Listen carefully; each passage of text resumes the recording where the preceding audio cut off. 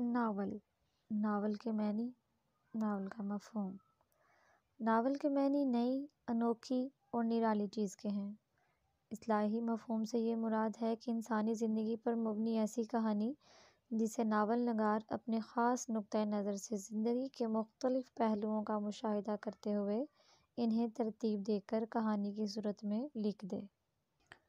Novel انگریزی زبان کی پیداوار ہے۔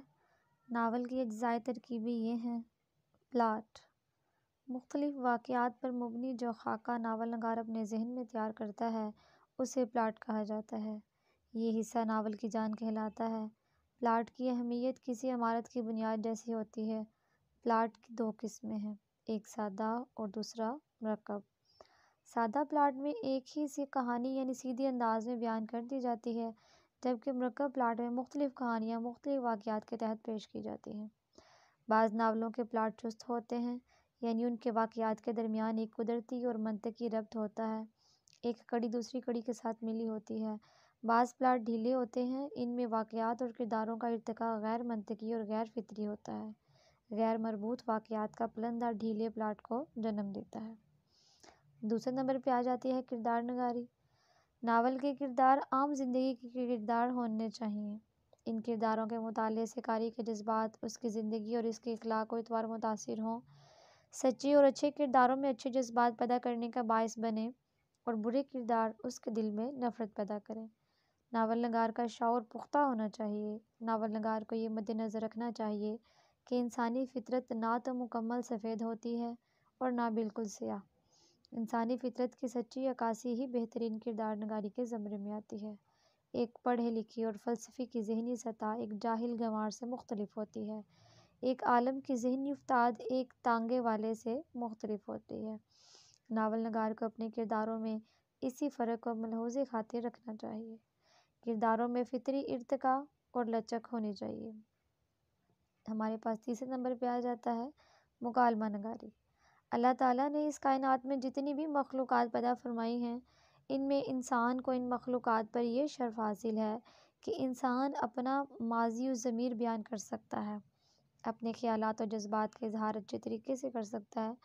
مکالمہ نگاری کے ذریعے ناول نگار اپنی کہانی آگے بڑھاتا ہے۔ مکالمہ بولنے والے کی شخصیت، اس کی ذہنی سطح اور اس کی مزاج کاری کے سامنے آ جاتی ہے۔ مکالمہ برجستہ، چست، برمحل اور مختصر ہونا چاہیے۔ عام زندگی میں جس طرح ایک عالم کی زبان ایک ان پڑھ شخص سے مختلف ہوتی ہے، اسی طرح ناول میں یہ فرق مد نظر رکھا جائے۔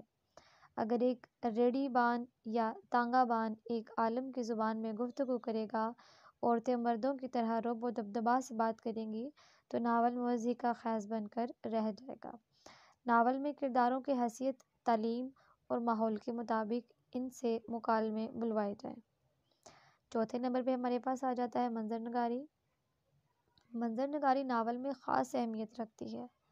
منظر نگاری سے مراد مناظر فطرت ہی نہیں ہوتا، بلکہ ناول کے کرداروں کے جذبات، ان کے نظریات اور ان کے اخلاق و عادات کو تفصیل سے بیان کرنا منظر نگاری کہلاتا ہے۔ ہمیں کسی ناول کی منظر نگاری ہی کی وجہ سے کسی دور کے سیاسی، معاشی، معاشرتی، مذہبی اور سیاسی رجحانات و میلانات کا علم ہوتا ہے۔ منظر نگاری سے کہانی آگے بڑھتی ہے اور اسی کے ذریعے قاری کو ذہن میں بھی ناول میں گزرے پیچھے تمام واقعات کی طرف منتقل ہوتی ہے۔ ہمارے پاس اب اس کے بعد جو ٹاپک آنے والا ہے وہ زمان و مکان۔ ناول نگار کے ذہن میں یہ بات واضح ہونی چاہیے کہ وہ جو واقعات اپنے ناول میں پیش کر رہا ہے، ان واقعات کا تعلق کس ملک، خطے، علاقے اور سرزمین سے ہے۔ اس کے علاوہ یہ واقعات کب اور کس زمانے میں ظہور پذیر ہوئے۔ اگر واقعے کا تعلق چین سے ہو اور اس کا تعلق انگلستان سے جوڑا جائے تو واقعہ بے رنگ اور پھیکا ہو جائے گا اور قاری اسے پڑھ کر حز نہیں اٹھا سکے گا۔ اب ہمارے پاس اس کا آخری مرحلہ آتا ہے، وہ ہے زبان و بیان۔ ہمارے نقاد انشا پردازی کو اس حد تک اہمیت دیتے ہیں کہ جو ہی کوئی ناول ان کے سامنے آئے اسے مرزا رجب علی بیگ سرور یا محمد حسین آزاد جیسی انشا پردازی کے ترازو میں تولتے ہیں۔ ناول میں سب سے اہم حصہ قصہ ہوتا ہے۔ زبان کا اس میں حصہ ضرور ہے، مگر ایک ماتحت کی حیثیت سے۔ اگر تحریر رنگین اور بوجھل بنا دی جائے تو قاری تو لفظی بھول بھلائیوں میں کھو جائے گا۔ اس سے مراد یہ ہرگز نہیں کہ ناول نگار جان بوجھ کر غلط زبان سیکھے یا لکھے۔ کہنا یہ مقصود ہے کہ ناول نگار پر سب لوگوں کا حق ہے، زیادہ پڑھے لکھوں کا بھی اور کم پڑھے لکھوں کا بھی۔ ناول کی زبان شستہ اور رفتہ ہو، قصے اور زبان میں فطری مطابقت اور ربط ہونا چاہیے۔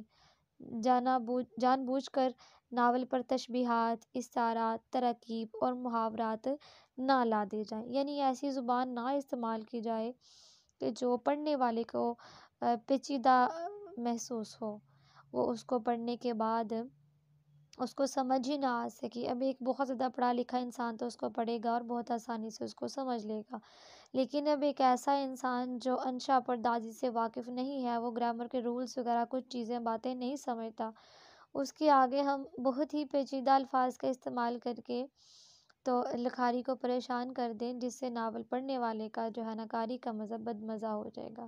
اس لیے ناول کو ہمیشہ ایسے الفاظ میں لکھنا چاہیے جو شائستہ و رفتہ ہوں۔